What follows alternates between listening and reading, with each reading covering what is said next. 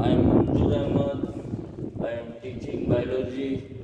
During 10 years, I achieved 100% result of PSB, UBM, Senior Secondary School, Nana in my teaching life.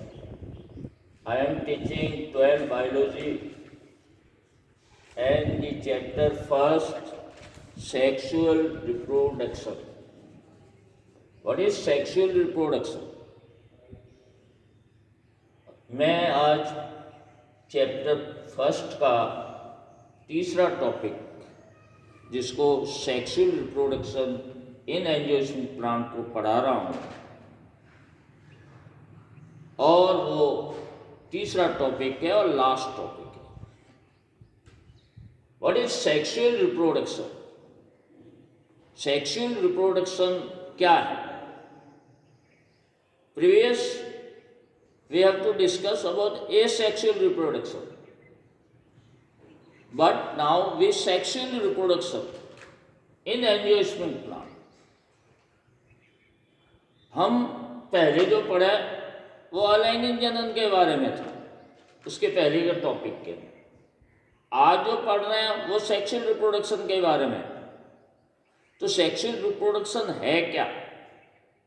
In sexual reproduction both gamete, male and female, in which half number of chromosomes, they take syngamy, a fertilization, form zygote, and zygote which is the nature of 2n, because male and female n both are combined 2n form.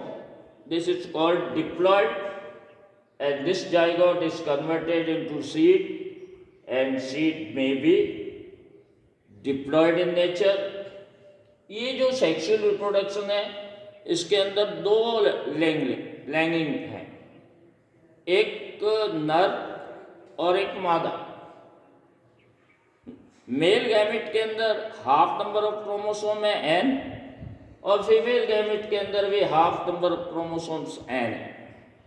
ये दोनों मिल जाएंगे और syngamy होगी, जिसके अंदर 2n zygote बनेगा, वो diploid होगा, फिर सीड बन जाएगा, सीड भी डिप्लॉयड होगा।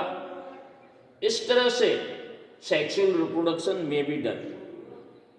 अब हमें we have to study about the flower which is present in angiosperm plant. हम ऐसे फूल के बारे में पढ़ेंगे जो एंजियोस्पर्म प्लांट के ऊपर लगा रहता है। सबसे पहले अगर फ्लावर का स्ट्रक्चर देखते हैं, we have to look structure, pedicel, thalamus,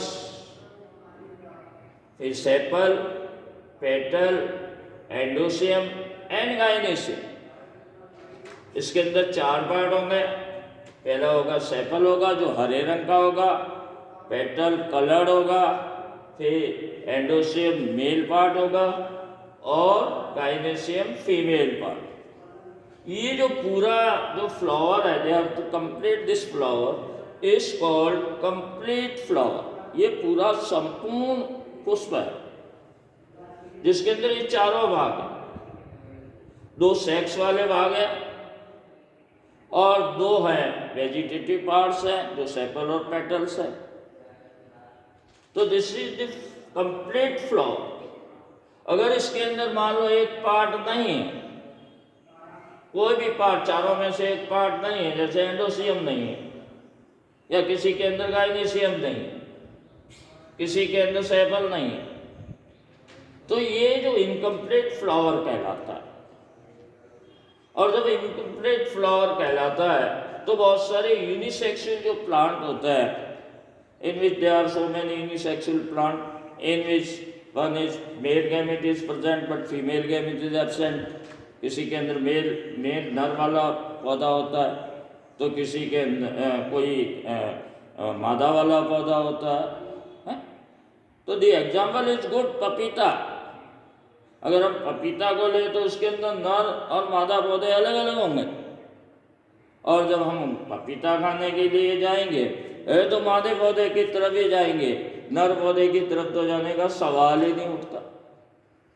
परंतु जो पॉलिनेशन होगा, जो पपीता बनेगा, वो किससे होगा? नर गैमेट उसके ऊपर गिरेंगे, मादा गैमेट के ऊपर, तभी पपीता बनेगा। इसलिए दोनों पौधों की जरूरत है।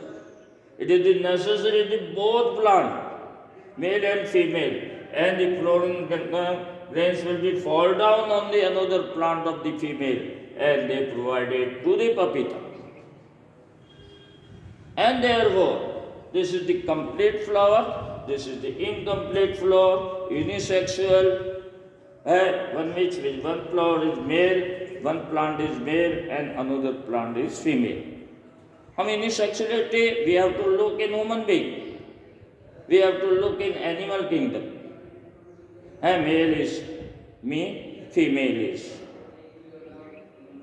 Male and female are different. Animal के अंदर काउ और ऑक्स, इस तरह से there are so many examples which connect.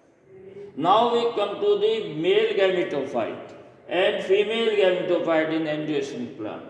Male gametophyte के अंदर pollen grains which is the half number of chromosomes. Female gametophyte के अंदर भी n chromosome which is the half number of chromosomes which is called ovule.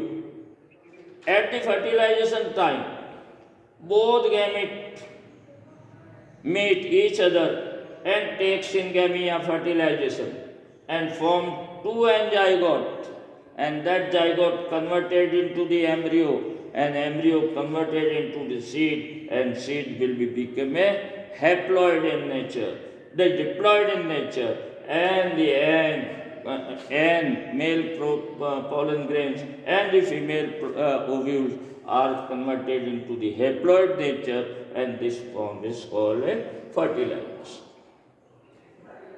Now we come to the alternation generation of the angiosperm plant.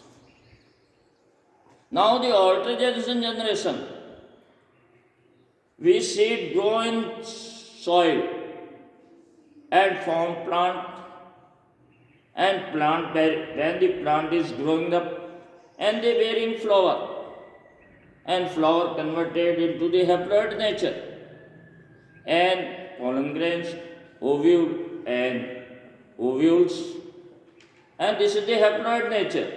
But they take a syngamy and fertilization, they become a diploid, and again so on, again in haploid, diploid to haploid, haploid to diploid, and this is the alternation generation may be take place, and therefore the diploid to haploid, haploid to diploid, and this generation may be done in angiosperm. हम बीज को जमीन पर बोते हैं और जमीन के अंदर डिप्लॉयड नेचर वाला सीड बोया, फिर उससे पौधा बना, पौधे के ऊपर फूल आया, फूल के ऊपर एंडोसियम बना, फिर गाइनेसियम बना, फिर पोलन ग्रेन्स बने, फिर ओव्यूल्स बने, वो हैप्लॉइड नेचर के हुए, फिर इनके अंदर फर्टिलाइजेशन हुआ और फिर बीज बने, बीज को वापस ज़मीन के अंदर बोया, फिर पौधा बना, फिर फ्लावर आए, फिर हैप्लॉइड बना, फिर डिप्लॉइड बना।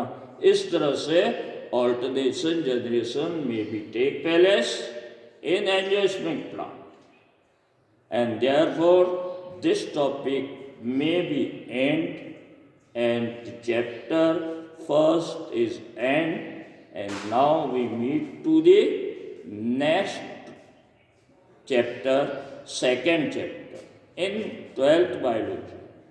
Thank you. Jai Hind, Jai Bharat, Vande Mataram.